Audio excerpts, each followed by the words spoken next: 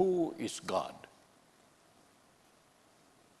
Why, in the name of God, we have so many conflicts in the world today among different religions?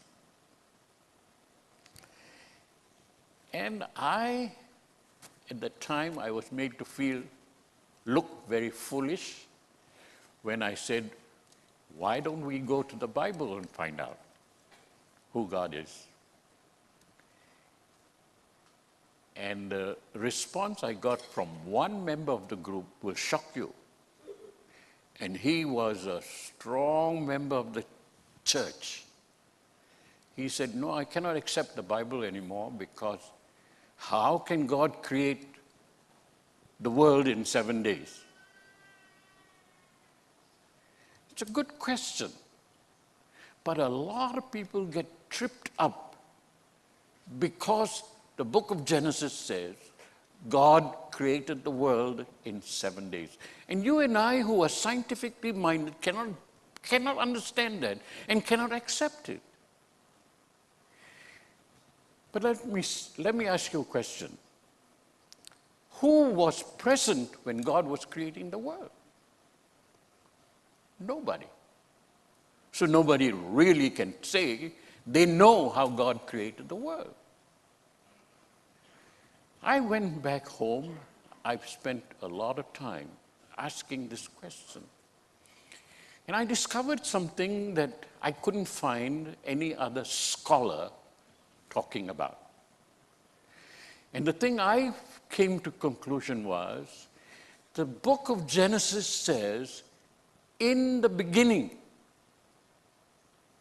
And I think the teacher who wanted to teach his people must have said it the way I would like it said. In the beginning, God.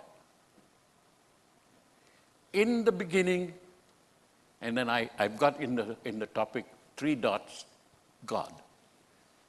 That means to say, nobody was present when God was in the beginning. Nothing was present in the beginning, God. But God became a very impersonal type of entity. God, you're out there, you're so great, you're so big. Who dares to relate to you? You are the creator, and I am the created. How dare I question who God is? Can the creator tell the creator what to do? See, I'm having trouble with a lot of church leaders who say, God, you just step aside. We will solve the problem and then hand back the situation to you. When the reverse ought to be the case.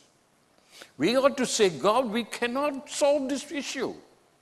We're going to hand it to you and ask you to solve it. And that's what I mean by in the beginning, God. We have to ask the question, who God is. And once we understand that God was in the beginning, then we want to say, okay, you created us. Now, how would you like us to live our lives?